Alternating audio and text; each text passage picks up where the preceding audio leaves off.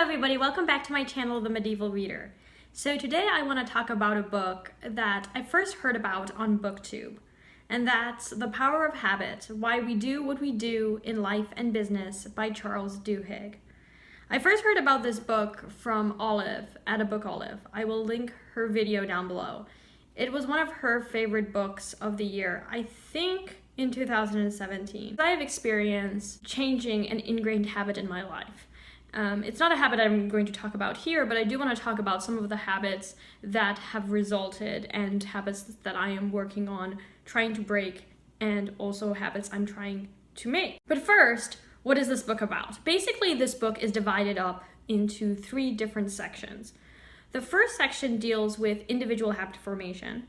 The second section deals with companies and how companies know about habits, follow people's habits, and profit from people's habits. And the last section deals with the question of free will. How responsible are people for decisions, for actions they commit due to their habits?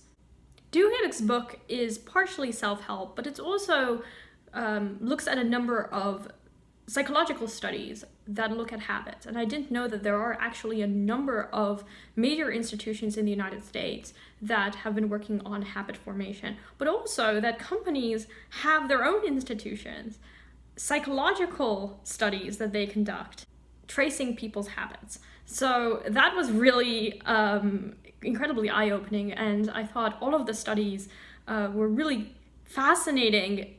Some of them, especially the last third of the book, gave me chills as I was reading it, looking at these people making decisions in their lives that they regret afterward, but also decisions that are so radically different from the ones they made as children, or how people who grew up in very bad circumstances were able to create habits to make them allow themselves to succeed.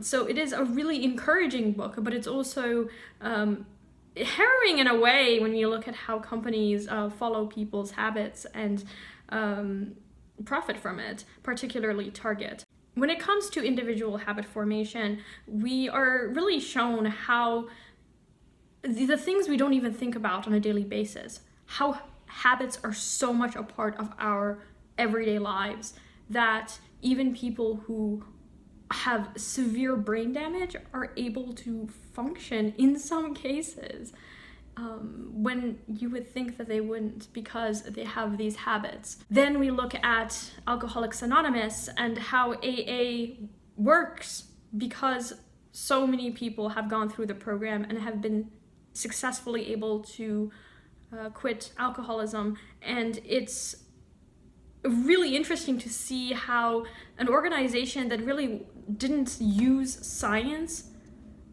to begin, why it's successful, and tries to understand what could be some of the psychological reasons for its success. What Duhigg argues throughout the book, through these different examples, is that there are keystone habits in everybody's lives, and if you have a bad keystone habit, meaning there is this one habit that if you are able to change that habit, then it has a trickle-down effect.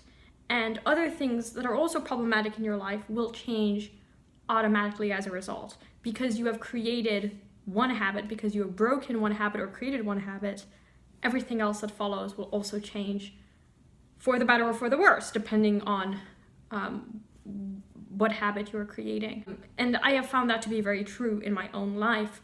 I definitely am much more functional. I'm able to be more organized. I've even begun exercising. I haven't exercised in years.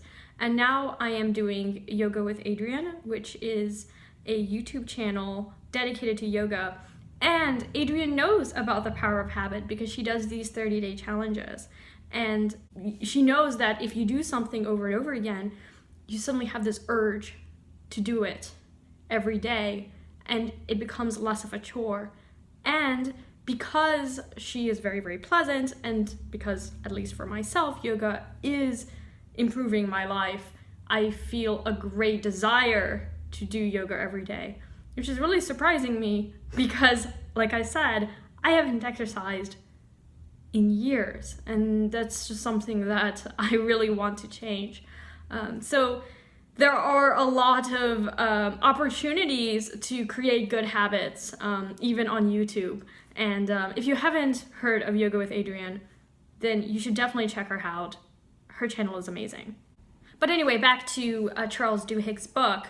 When it comes to group habit formation, he spends a lot of time talking about Martin Luther King Jr. and the civil rights movement and how he was able to help mobilize thousands of African Americans to participate in boycotts and other initiatives that were very dangerous. All of this made me aware of how habit formation is behind so many social movements, and really once people are made to embrace the kind of habits that the social movements need to promote or to change society, then it becomes automatic and more people will join in. And it was just really, really eye-opening.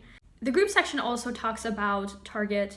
I think I mentioned this, and I think that some of you probably have heard about this.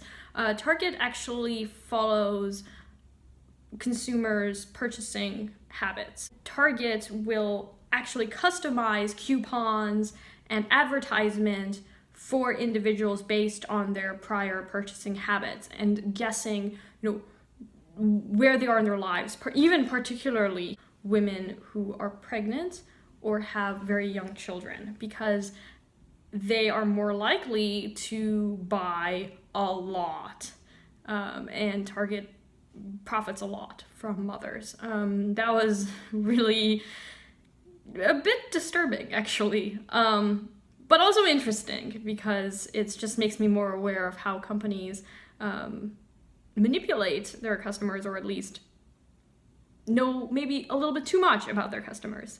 My only small criticism has to do with Duhigg's treatment of gambling. I wish that he was more critical of the gambling industry and how the gambling industry really hurts individuals.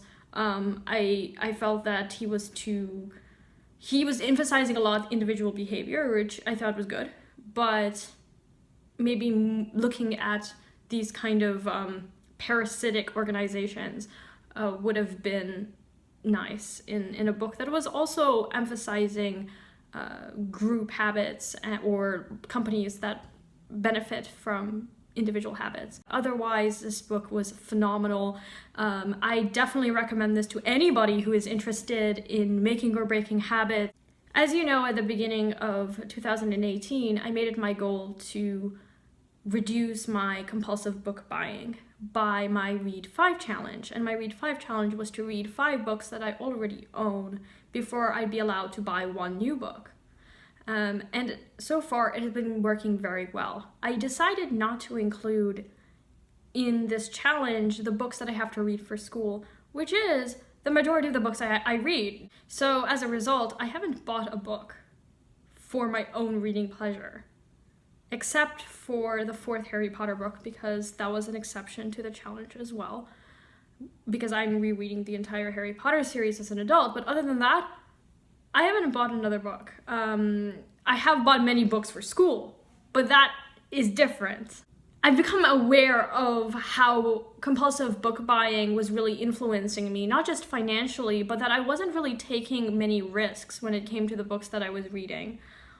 And I don't really need to own these books. I find myself borrowing books way more. I find myself trying books that I wouldn't have tried otherwise if I knew that I had to spend $16 for a brand new paperback, let alone a hardback.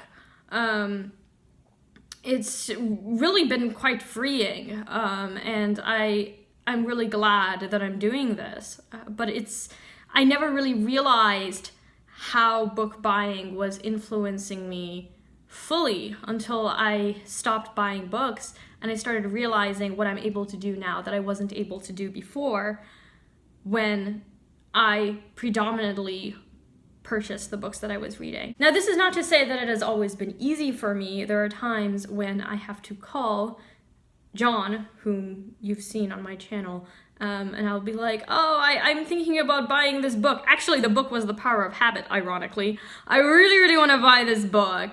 And yes, I have read, I don't know, like 12 books this month, because much of it I had to read for school.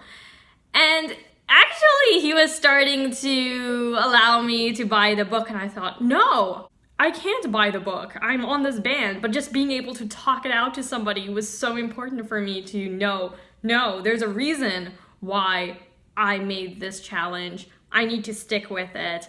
And also, I feel a lot of anxiety if I break my promises. So, it has been really a good experience, and if you have been participating in this challenge, let me know how it's been going for you, because I'm really interested.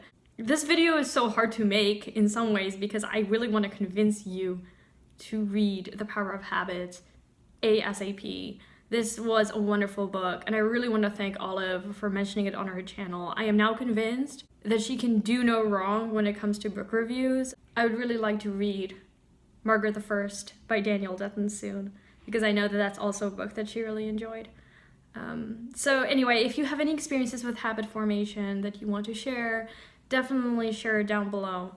And I will be making a recent reads in the next couple weeks of books that I have read that I've really enjoyed. And I will talk to you later. Bye now.